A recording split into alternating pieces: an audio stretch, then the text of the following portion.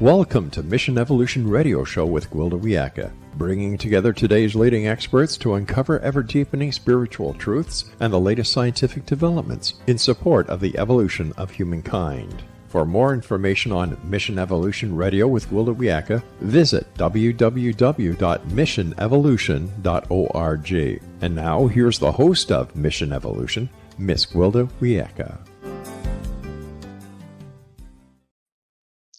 Is there truly a place where all becomes one? If so, how do we get there?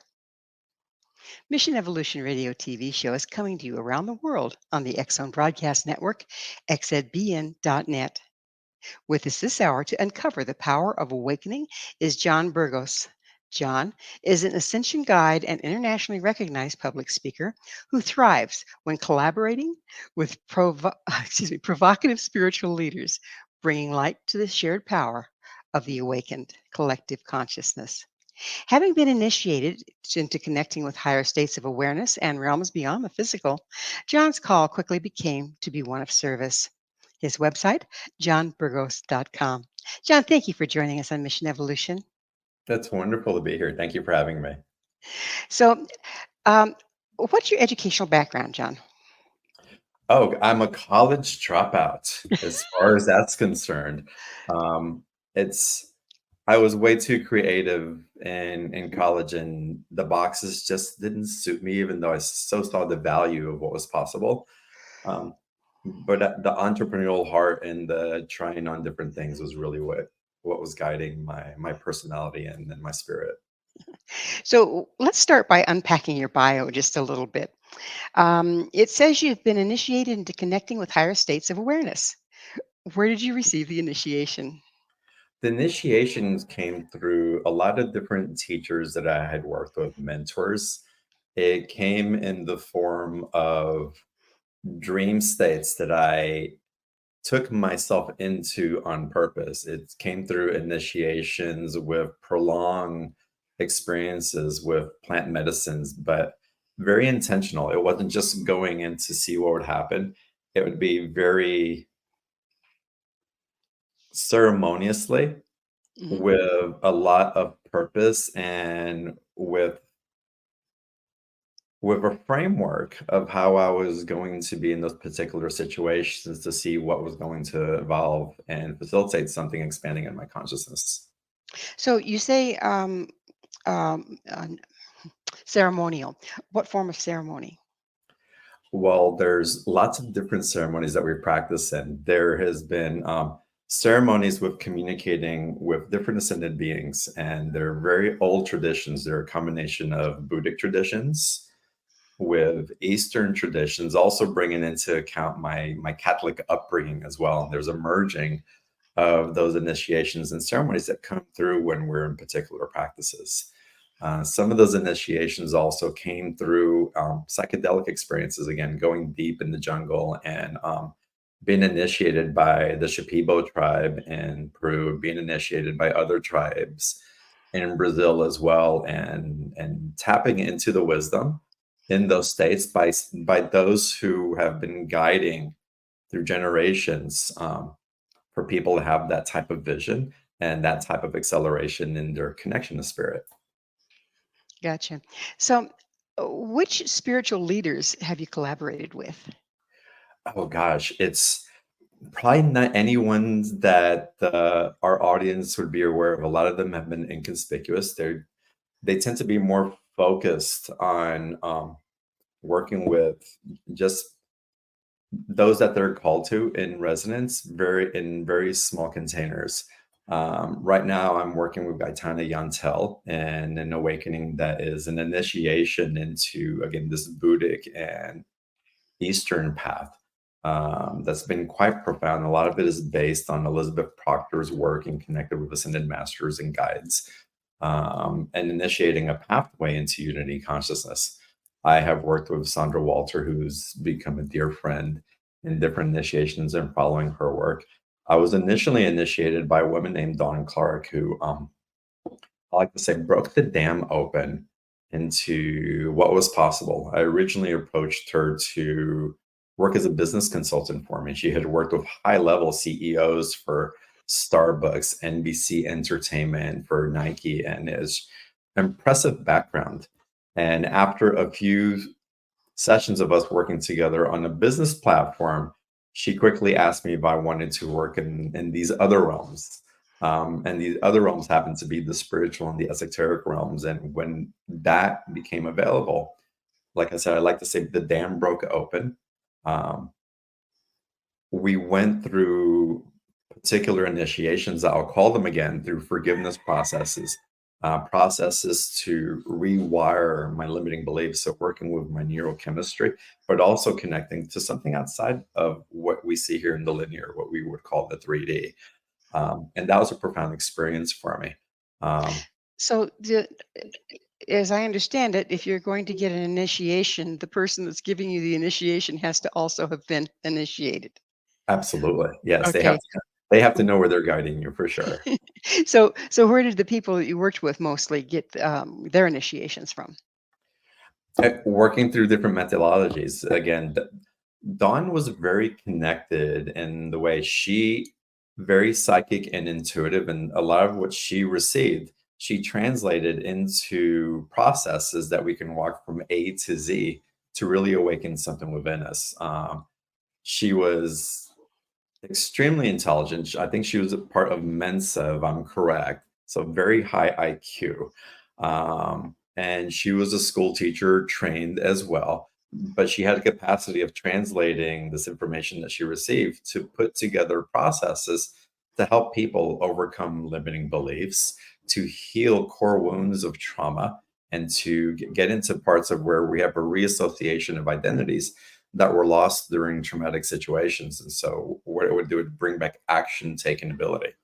And So when we have that, everything can change.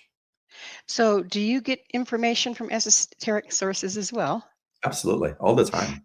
Okay, so how can you tell that the information is reliable? Um, practice, practice, and really playing with it.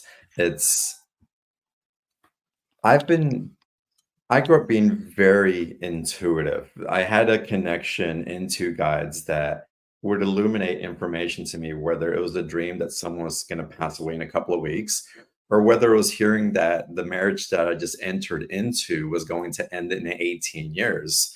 All of those things would come to fruition. So the proof over the years, I'm 57 years old, and I've been deep specifically in this work since I was in my late 30s. Um, the proof's been in the pudding, and listening and following the guidance, and being aware of where it emerges. But it's beyond physical, it's beyond just a psychic awareness.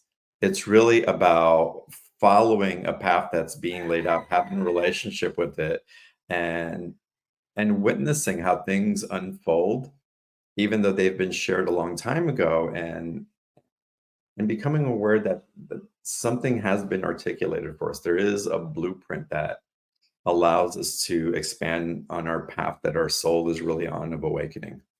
So do you feel like this blueprint varies from individual to individual, I would expect? Absolutely, yes. And where does one access this blueprint? That's where we do the deep inner work. And that blueprint is something that is unique to every person, just like our fingerprint is. And to access that, what we have to do is we have to delayer a lot of conditioning of we're not enough. We have to have a certain type of life that in order to survive, we have to have X, Y, and Z, that I And have this to follow my parents' pattern. And again, we have to unlayer all of those things so that we can really get to a place of understanding who we are. and then this brings me back to my where are you getting your information? Because we all get information from somewhere, but it may not be the information that we want to take seriously, like the programming of our past, say, for instance. Mhm. How can you start to discern whether you're listening to your true inner guidance or true guidance and your conditioning or your conditioning? Yeah, there's a feeling tone that comes in. There's this feeling of authenticity.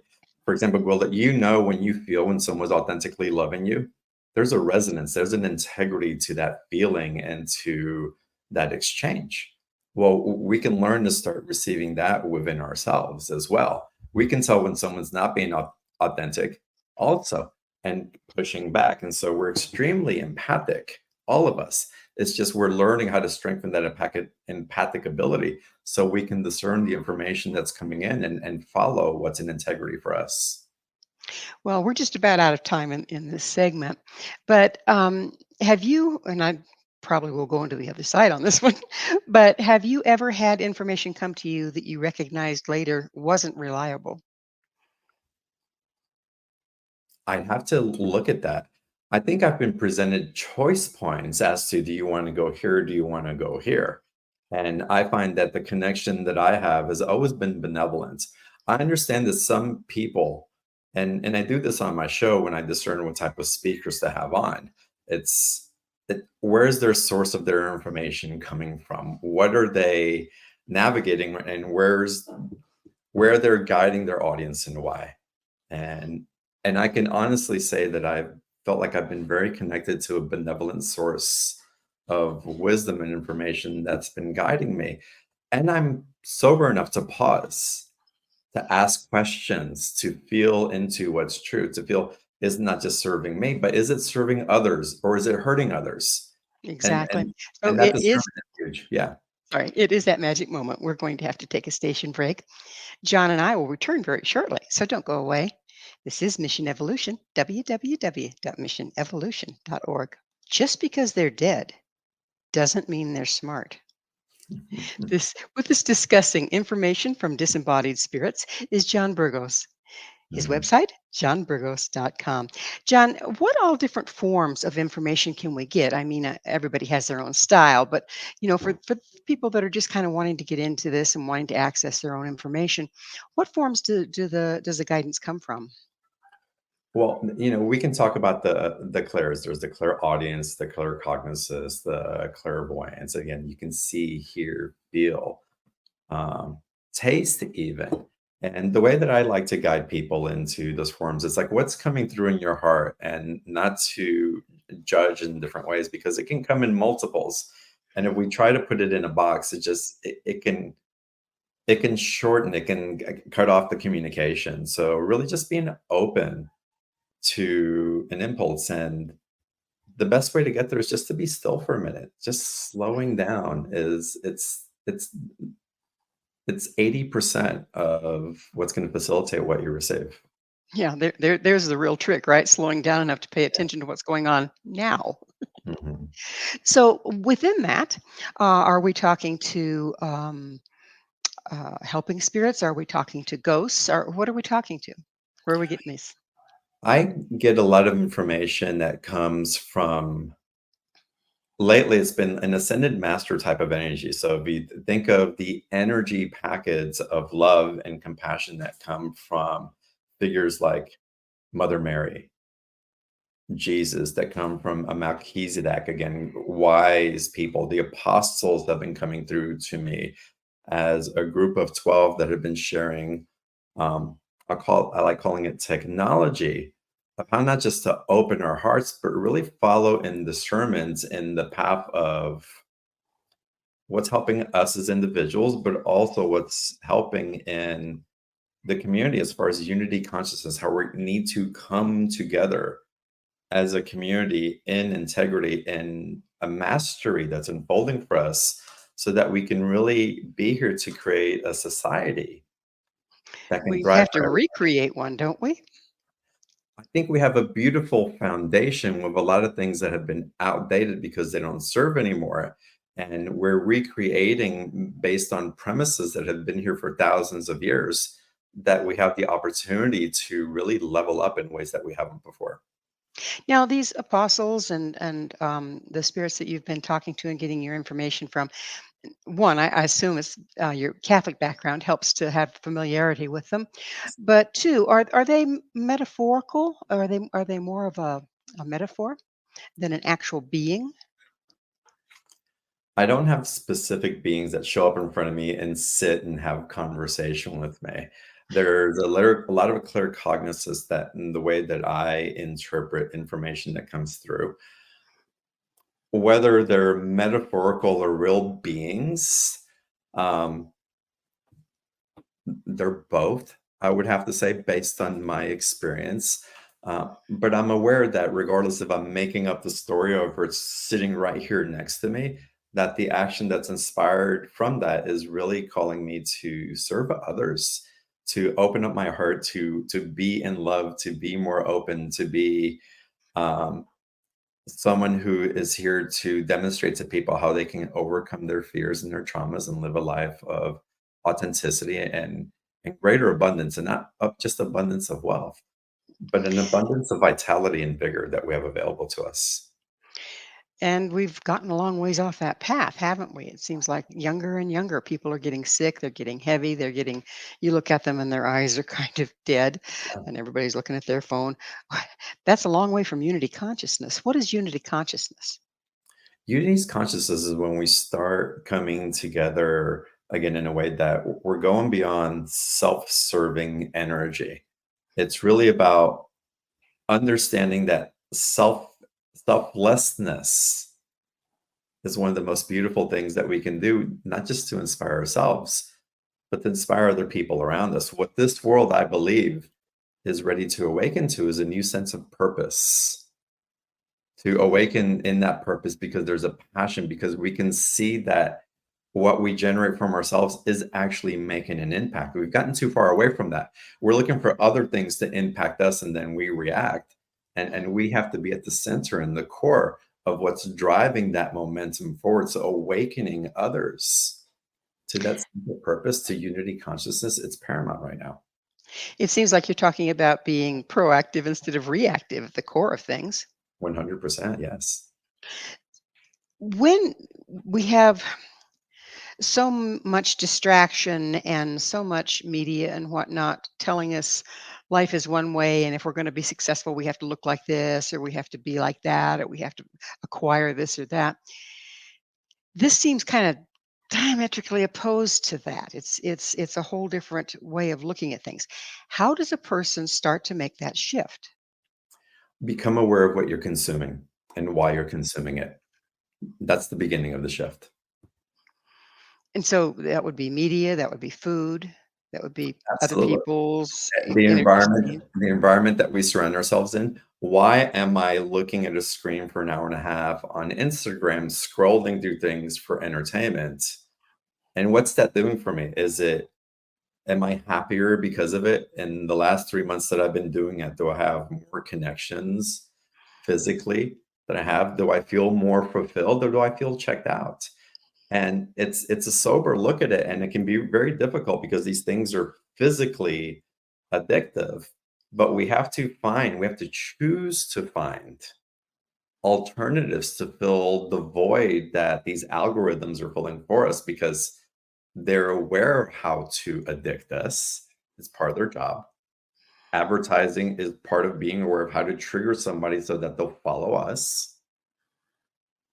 And then finding those avenues that we really feel are here to help and inspire us, not just to take something away from us. We have to get away from transactional relationships and realize again how we can come into unity consciousness. How what's good for me is good for you. How what's good for you is good for me. And how in that combination, it's good for everybody. As it occurs to me that as we start to step more out of the being programmed, if you will, and into being focused on being connected with others and really the connection with self, doesn't that kind of start to advertise proof us? In other words, give us some resilience so that we don't have to just kind of blindly follow what we're seeing on media? Yeah, we're bringing our awareness back to ourselves. And intelligence that lives inside of us is reclaimed. And we become more discerning, not because we're creating words like that's wrong and this is right, but we're aware of our authority about where and how we want to create who we want to be with and how that impacts not just me, but my family, my children, my grandchildren. It's like this is beyond just doing it because we want to set ourselves free, but it has to start there. But the legacy that lives for civilization is huge. As we go through that introspective process where we start to unplug things that aren't serving us or those around us, Is that journey inward actually the journey towards the information we've been talking about, the esoteric information? Absolutely is. And it runs together because as we journey inward, we open up to having the mirror of how we're evolving being expressed itself. So we find that we have more nurturing relationships, that we have people that when we didn't feel understood, it's like, wow, I'm finding other people that I can talk to and that I feel understood, like I belong to something. It's so many of us feel like we don't belong to anything because it's been dictated to us how we're supposed to belong. And we need to discover a new way of finding that within ourselves. We're running out of time in this segment, but there's something I wanted to address that goes right along with this. And that's as we're going through this transition from being driven by outside media and forces to accessing inner wisdom and guidance, is it often that we find that we've surrounded ourselves with people that don't support that and that we kind of have to clear the deck sometimes? We're often surrounded by the mirror of what we have created. And that sometimes means that the people that we've surrounded ourselves for safety, for codependence, doesn't resonate anymore, that the jobs that we're in are just not tolerable. But what that also does, it does align with the love that's been waiting for us that's just right there at our periphery if only we open up to it. So as we remove the layers of limiting beliefs and replace it with an action taking ability from it, we're able to see what we've been ignoring, what we've been so blind to is the support, the love, the community that is actually there for us. But there is an adjustment period that we have to go through of seeing with new eyes and taking action on that. Kind of sorting and discerning, if you will. Um, can also the natural world and the animals and the spirits of nature play into this support and alignment? Oh, nature is fundamental. It's if you live in a concrete city that's not now nature, just put a plant in your house and be with that plant. Of course, our pets and animals in nature is taking a vacation to go somewhere where you can immerse yourself in nature, not immerse yourself in a hotel, but actually put your bare feet on the ground, jump in the water and soak that in. This world is filled with such beauty that wants to see us thrive and support the thrive because as we thrive, the world thrives. Gaia thrives. Well, it is that time for the commercial break. John and I will be right back to continue our discussion. So stay right there. This is Mission Evolution, www.missionevolution.org. Is there any hope for the world? Oh This is my. Mission Evolution, missionevolution.org. With us discussing our ability to impact the future is John Burgos. His website, johnburgos.com. So, John, what is your take on the state of our world right now? I think we are in such a beautiful place of what's happening. I think a lot, I don't even think I know, Wilda, that what we're seeing in the world is a byproduct of so many people that are awakening in their consciousness and finding their sovereignty and choosing a new direction where we're going in the state of the world. So these things that are bubbling up that the media likes to dramatize and maybe share a lot of truth in it, but a lot of drama that we're seeing and witnessing, it's because those things have to come up and have to come through. They have to be purged and reinterpreted in our own being. And the fact that so much is purging right now is just saying how much is it's an indication of how much light is coming through, how much of the shadow work that we've done individually that it has to be known so that it can transmute into a bigger aspect of itself. So, we're certainly in chaos. I won't argue chaos at all. All you have to do is look out there um, on all levels. And yet, isn't it alchemical when everything is in chaos and kind of in its constituent parts and really up for grabs? Does that give us a opportunity to recreate what was into something that's more to our liking, more balanced? It's evolution. It's the world, the earth goes through chaos as it reinvents itself and it sweeps to rebirth something new. We don't have to get to a cataclysm for that to happen. Everything doesn't have to be destroyed for it to be rebuilt back up. There's so much support that we have available to us, and there's a lot of miracles that are coming through.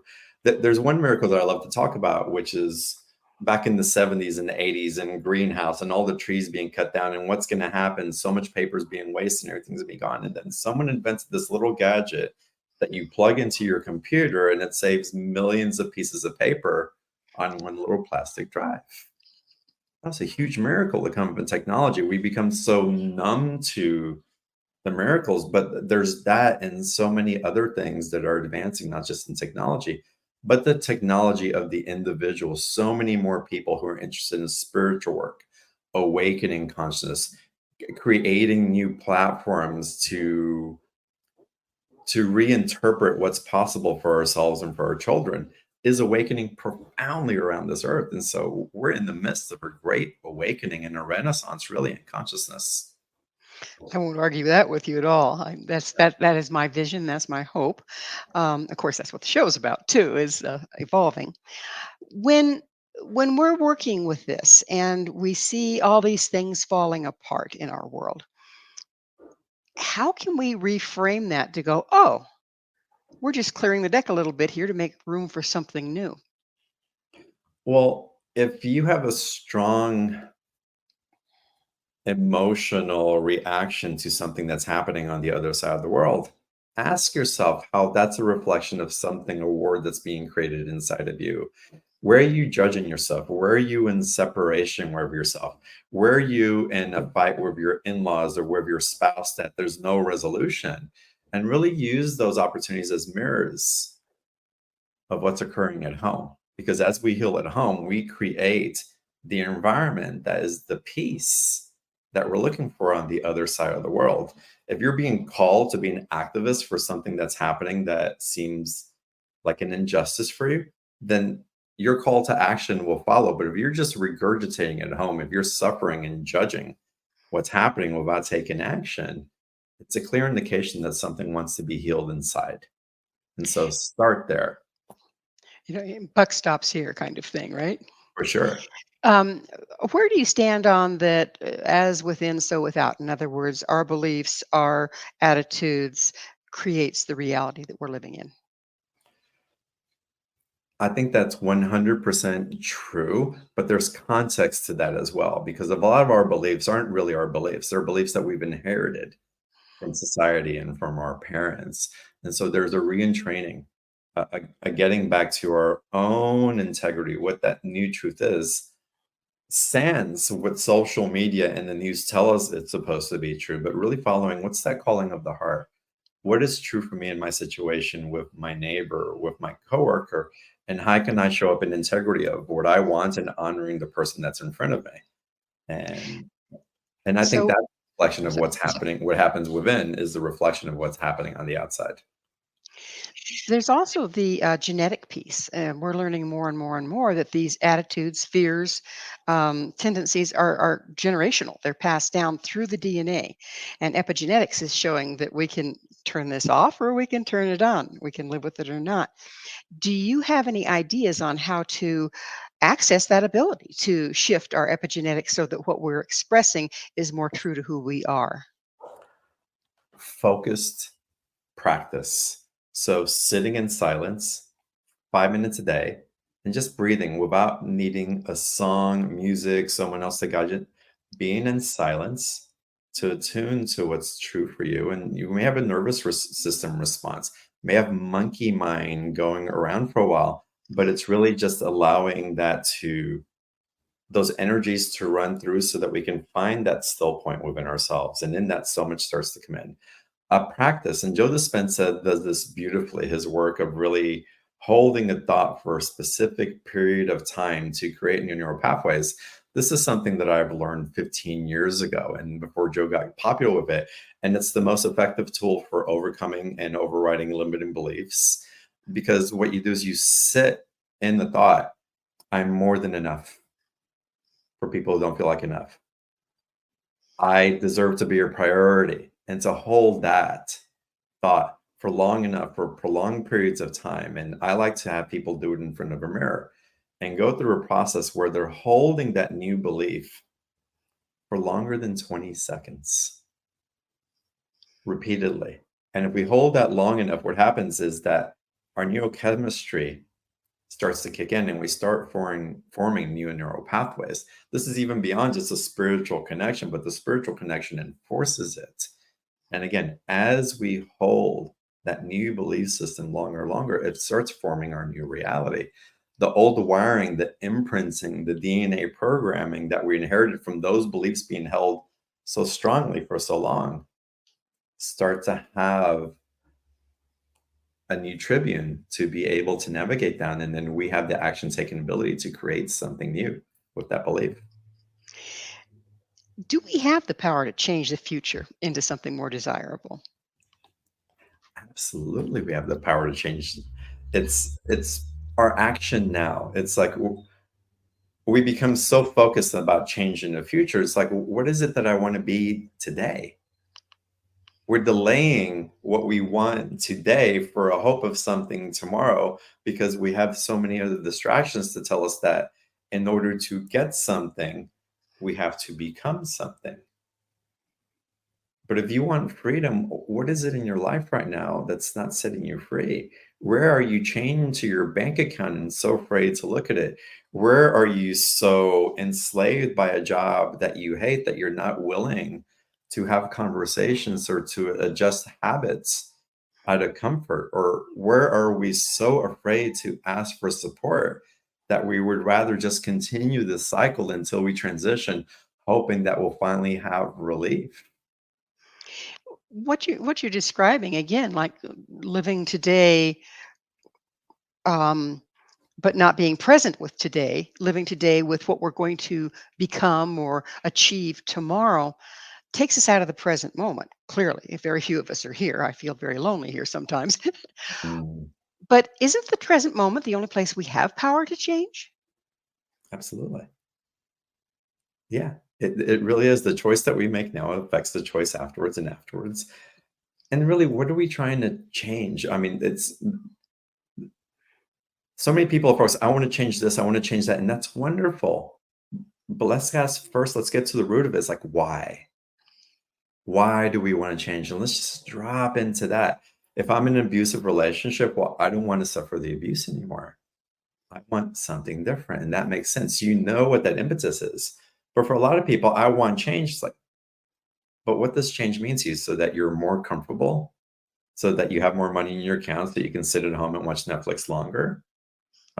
What's the change? What's that purpose? What's that passion that's igniting, that's underneath the surface of that enslavement program that many of us are living in, and really inspire a creative, connected life that at the end of the day, I believe at core, we're all craving that unity back into love, into source, into God, if you want to call it that. But we all want to go back home. But it looks like we're dancing between inspiration and fear. Absolutely. So most of our Absolutely. actions and choices and things that we try to change or create, aren't they fear based? Most of them are. We're survival-based creatures. It's in our DNA, it's in our reptilian mind, and we're evolving. I believe that we are in a place of humanity, that we're going up the rung of evolution, where the awakened consciousness is overriding the reptilian brain, and we're able to create beyond it. And so part of this reprogramming our limiting beliefs, part of connecting the spirit, part of connecting with nature in ceremony. Really, it's a lot of us connect to nature in the hoping that we're going in the hopes that we're going to get something.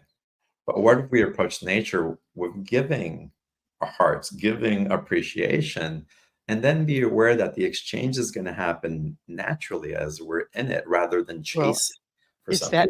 it's that time to take a commercial break. Stay with us. John and I will continue by exploring the collective consciousness. This is Mission Evolution, missionevolution.org. What? Are we all lizards? This is Mission Evolution, missionevolution.org. We're continuing our discussion with John Burgos. His website, johnburgos.co. John, what is the reptilian brain? It's the survival brain. It's the brain that will do anything that it needs to in order to maintain its life. It's the one that seeks food and will do anything to make sure that it is fed under circumstance. It's the one that can become the wild one within, that can destroy if its needs aren't met on the hierarchy level. That's the reptilian brain, and it lives in survival and it lives in fear. So, what are the other options? The other option, well, the first option is becoming aware that that's been running the show for a long time, and we know that, but we consider ourselves so advanced at the same time we're so primitive. So it's like, okay, what's running my motivations? And It kills me. I have to interrupt here. It kills me that there's all these conspiracy people that say the lizards are out to get us, right? oh the, yeah, the the reptiles. If is it the reptile within that we're talking about here? I think the reptilian without is definitely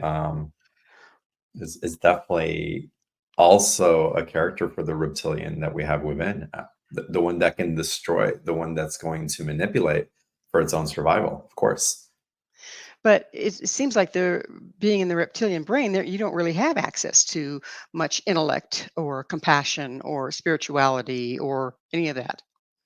Well, luckily, that's only a small portion of what's running us because, again, we've evolved in different ways. We've created societies where we know that we have to function together in order to thrive. And that's part of the survival mechanism also. That's why industrial ages have have flourished. That's why we give up so much of our authority to politicians or to famous people to tell us what to do, because somewhere along the line the brain said, hey, I'm going to preserve energy, which is the brain's function, is to preserve energy so it can function in high states of necessity when the need arises. So let me give up my authority to people who are going to tell me what to do. And then when that doesn't feel right, and when that threatens my survival, my comfort, I'm going to react. I'm going to become violent. I'm going to protest. I'm going to go out and shoot someone. I'm going to create chaos because this innate need, this very primal need, is being triggered. Again, we've gotten really good at the survival aspect and bringing culture to it. But thank goodness we've evolved over the years as well, and we're aware that there's more to it. It would appear that the reptilian brain, if you will, is a very necessary part of us in order for us to survive. Can't we function out of both the reptilian brain and our more human brain, if you will? The reptilian brain is evolving, and yes, there's the need for safety. Of course, we're not going to step out on the curb when the bus is coming and getting run over. So part of that survival mechanism is absolutely necessary. The problem is when that survival mode becomes really complicated in the way that it tries to hoard information, hoard money, hoard food storages, hoard attention, and we start getting into individualistic needs rather than, again, the unification of how we can thrive together and when we're supporting each other, knowing that basic needs are going to be taken care, and not only basic needs, that we have the opportunity to thrive when we're functioning as a village. So aren't we getting down to the fact that the powers that be exploit us through our being stuck in the reptilian brain because we're in fear? I think the powers that be are a reflection of where we've given up a lot of authority to others. And yeah, there's manipulation that happens through religion, through educational systems, through political systems, through ones that pull the levers, and we set it up that way. Again, look at advertising, look at social media. It's all meant to trigger these primal aspects of us, and it gives us just enough so that we can feel safe, so that we can keep functioning in a way that really serves those mechanisms. We're just So, becoming more awake. We're becoming more awake to it. And we're saying, that doesn't work for me anymore because there's a disappropriation of the abundance that is here. And it's disconnected me from the type of connections that I really want to have. so when you're talking reptilian brain, you don't mean I have to shed some scales here, right? Why do we call it reptilian brain? I mean, That's a good why? question. We can get into it, but the reptilian, it's again, I think it's because it's very survival based, and that's where the origin of that comes from. To get into the full definition, and to be honest with you, I'd have to look it up and give you the context for it. No problem. So it's that time in the show when I get to ask you, what's your mission? My mission. Mm. My mission is to live the most inspired life that I can in integrity and in connection both to the earth and to this esoteric connection that I have with spirits that are beyond anything that I can explain physically. And by living that life, becoming an example of what's possible for other people and sharing my experiences with others to motivate, to inspire, because if I can do it, anybody else can. And I know that. So I really find that that is what drives me on a continuous basis. What's your vision for the future? Should more of us um, engage in this process whereby we become more unified? There's freedom that is had, and true freedom where we have the freedom to choose, where as more people are on this path, the capacity for anybody to cause harm when they carry a certain level of consciousness becomes eradicated. When we awaken to our true empathic nature, we can't harm our neighbor, let alone drop a bomb on somebody, let alone have someone starving when we have so much. And so my vision is to everybody to get to a baseline of awareness, and by these tools and this consciousness that we're propagating through our platforms, so that that harm isn't even an option anymore for anybody, that we're really creating from an awareness again of how we are all interconnected, that in order for me to fully heal, that means that my neighbor across the street has to be healed as well. So, how does one become awakened?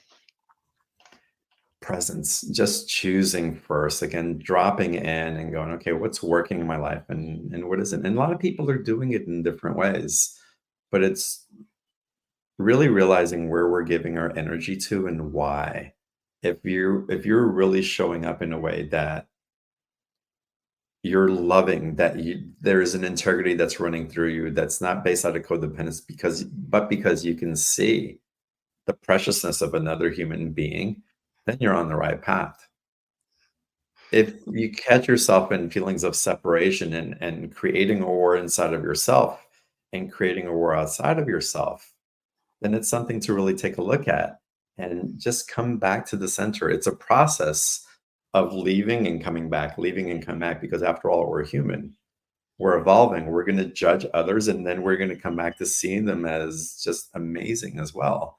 Um, but knowing that we're attuning and we're acclimating into another level of consciousness, and the judgment and the separation, our capacity for that is becoming less. And so again, just paying attention to where that separation Isn't exists. isn't every time we slip out and then pull ourselves back to center and slip out and pull ourselves back to center, isn't that kind of setting up a resonance for other people that are kind of maybe out, but then we're pulling back, and that's the path that we're making? And that's becoming an example of what's possible. Mhm. So we're just about out of time altogether, John. Mhm. What would you say is the most important change that we can make as individuals that will impact our world today? Really choosing to take a heartfelt look at ourselves and just really embrace ourselves with compassion for wherever it is that we think we may fall short or things aren't good enough, and just realizing that most of that we have learned that it's not really who we are. And so we can just begin there. So much can start shifting, and then opening ourselves up to a world beyond these blinders that we have on, knowing that we're so much more connected to each other and to worlds unseen as well that are here to support us, and to just be curious about what may be possible in that will open up doorways of creativity and inspiration that are going to have you really move in a direction that you can't help but to continue to show up for yourself in the most loving and authentic way. It sounds like you're talking about authenticity, finding who we really are. Mhm. Discovering that and being in awe of that. It's not a mission, but it's really a journey. And to really discover the beauty that lives inside of you that you already are, rather than all the things that we would put up that would tell us otherwise. That's the journey that's leading us home. Leading us home. Well, it's about time for us to bring this to a close. But thank you so much, John, for coming on the show. Thank you. It's been wonderful. I love all your questions and the inspiration that they provide. Thank you. Our guest this hour has been John Burgos. John is an ascension guide and public speaker. To find out more about John and all he has to offer, visit his website, johnburgos.co. This has been Mission Evolution with Gwilda Wiyaka. For more information or to enjoy past archived episodes, visit www.missionevolution.org. But please, don't forget to join me right here next time as this mission will continue, bringing you information, resources, and support to our evolving world.